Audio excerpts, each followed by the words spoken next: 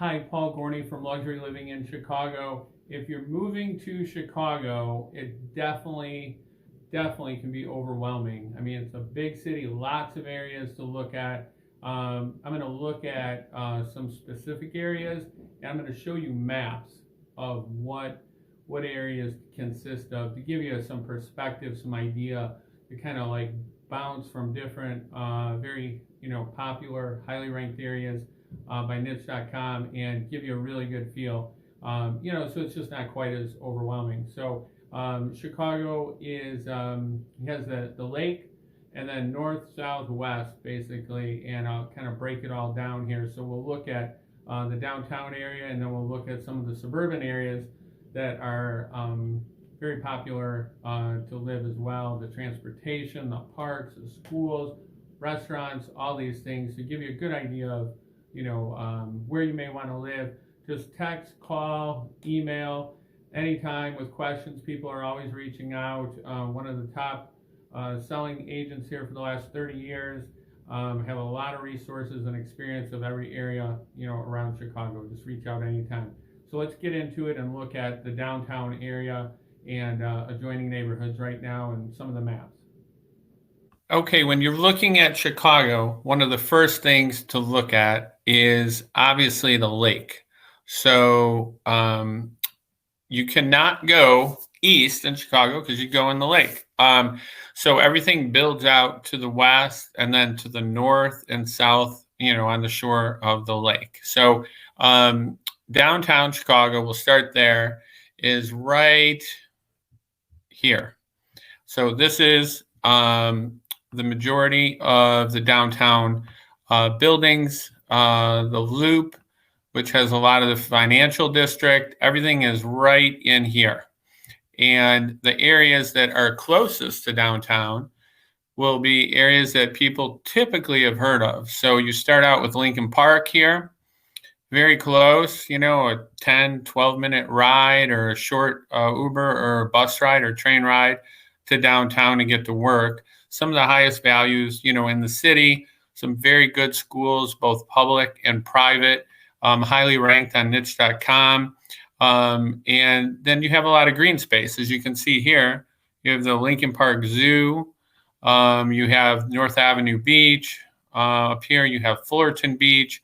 You have a lagoon. And then you have boats, that are in Diversey Harbor up here. And, just a beautiful, beautiful area if you want to, be in the city with the hustle bustle. You also have Oz Park here, which has all the characters on the four corners. Different parts of this park have the characters of the Wizard of Oz. And some of the most expensive properties in the city are on the streets right here. So just beautiful, beautiful homes. And, they've sold up to $12, $14 million. Some have asked up to, I think, $50 million recently. So, just a beautiful area of the city if you want to be close in. Okay, looking at the heart of the city, like truly downtown Chicago, is a great thing to do. If you want to live in the city and walk, bike to work, bike to the lakefront, run really easily, this is where you want to be. I mean, Chicago is just awesome, especially in the summer. So here's what you're looking at. This is downtown Millennium Park, which has, this is a Millennium Park. This is all part of Grant Park. The city was developed with a ton of green space. You have the Shedd Aquarium. You have Navy Pier, Museum of Contemporary Art. I mean, there's so much great stuff here. So there's some of the hottest really in the country as far as appreciation goes and development. You have the West Loop, which is just west of the downtown area. I mean, it's just a mile or two. It's pretty amazing. River North, ultra popular, very well known. Old Town. These are all right in by the downtown area. Then you have the South Loop, which is close to where the Bears play at Soldier Field, Aquarium. And again, biking, walking, hanging out all along the lakefront here. Just beautiful. So if you want to be in the thick of it and you want to live in a high rise or a mid rise, new construction townhomes, In the West Loop, there's some great parks here, that people love to hang out in, and tons of restaurants. And then you have the United Center here, the Michael Jordan statue. And it's all, I mean, you could walk downtown. It's so close. So it's pretty incredible options right in the heart of the city. A lot of people really like the North Shore of Chicago. So that is north of downtown. Downtown Lincoln Park is here, going north, about 12 miles, and you get to Wilmette.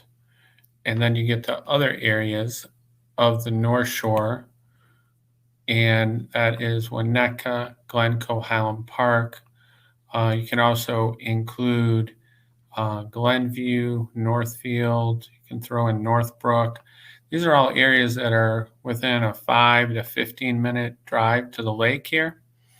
And the areas along the lakefront have pretty incredible beaches. Some of my other videos highlight Glencoe, Winnetka, Wilmette, Glenview. You can see a detailed view on some of the other videos I have and actually see some footage and get drilled down to some real detail. But overall, these are really popular areas, and you could see the Skokie Lagoons where people will kayak, people will canoe, people will hike, and the school choices up here, the areas are ranked in niche.com as some of the best areas in the state for various things, and the schools are also highly rated. But you're right up along the lakefront here. And then you can choose to take the train, or you can see the expressway here. You can go north to Wisconsin, or you can go south to downtown. And, you're kind of tucked in here. I will say one of the biggest disadvantages of being in these areas is to get to O'Hare Airport, which is kind of a pain. O'Hare is right around here, so it's pretty inconveniently located, but many, many pluses, kind of historic areas that are traditionally a very popular place to visit or to live, and pretty close to Chicago. So moving on north along the lakefront, after Lincoln Park, if you bump up another 10, 12 minutes, there's an area that's very popular called Wrigleyville. It's part of an area called Lakeview. So that's where Wrigley Field is.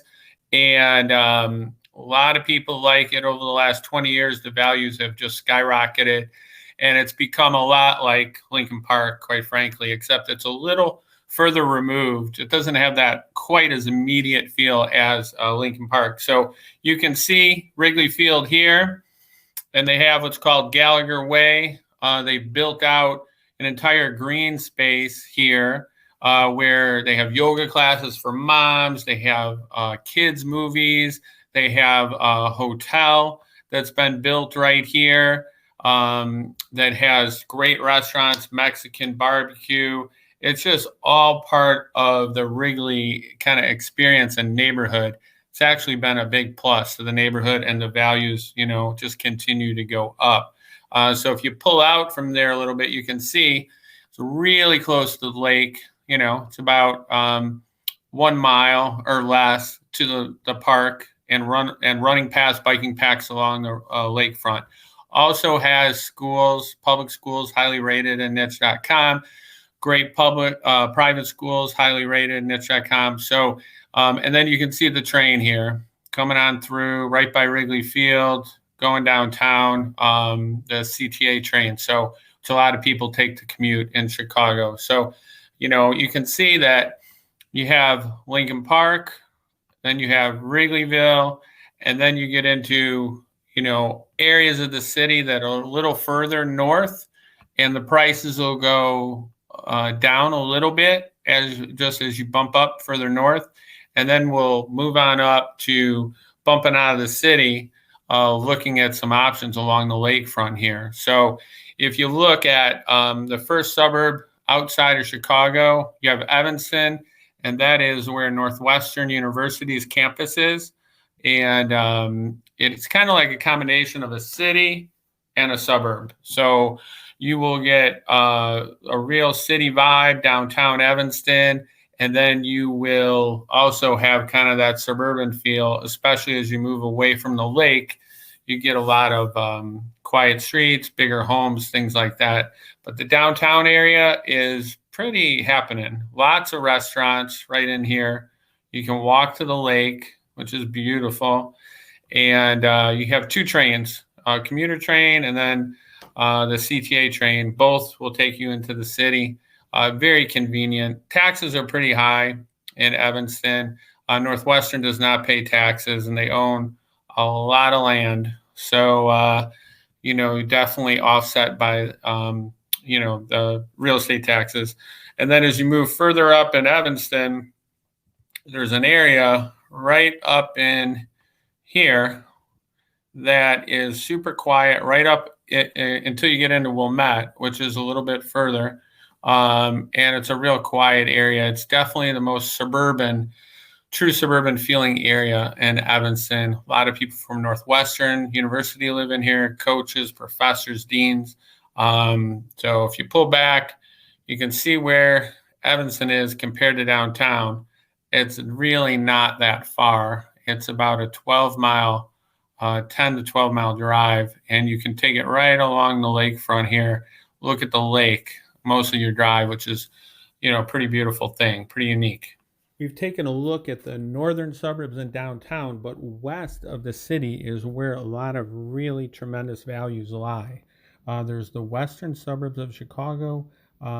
There's many of them, and there's a lot of green. So that means there's a lot of forest preserves, hiking, streams and rivers. There's some beautiful things to take part in, and very large parks, for soccer, just enjoyment, dog parks, everything. So there's quite a bit. You can take the train right down to Chicago, usually about a 25 to 40 minute train ride, depending on where you're coming from. And then also you can drive. Typically in 30 to 45 minutes. If traffic's really bad, it could bump up to 50 or even a little bit more. But most people take the train.